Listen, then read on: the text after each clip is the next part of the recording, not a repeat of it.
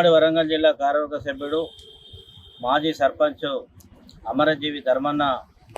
స్మారక స్తూపం మహబాద్ జిల్లా కేంద్రంలో కొండపల్లి గోపాలరావు వద్ద ఈరోజు సిపిఐ శ్రేణులు సానుభూతిపరులు ప్రజా సంఘాల బాధ్యులు రక్తదాన శిబిరంలో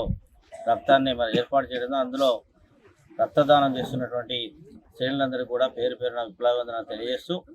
అమరజీవి ధర్మన్న యొక్క ఆశయాలు మనిషి పుట్టినప్పటి నుండి చనిపోయేంత వరకు ఉండేటువంటి అవసరాల కోసం అనునిత్యం పోరాటం చేసిండు. అది ఉపాధి కోసం లేదా గూడు స్థలం కోసం లేదా వ్యవసాయ భూమి కోసం అనేక పోరాటాలు నిర్వహించినటువంటి ఆ యొక్క త్యాగధనుడి యొక్క 23వ వర్ధంతి సందర్భంగా ఈ ప్రాంతంలో ఘనంగా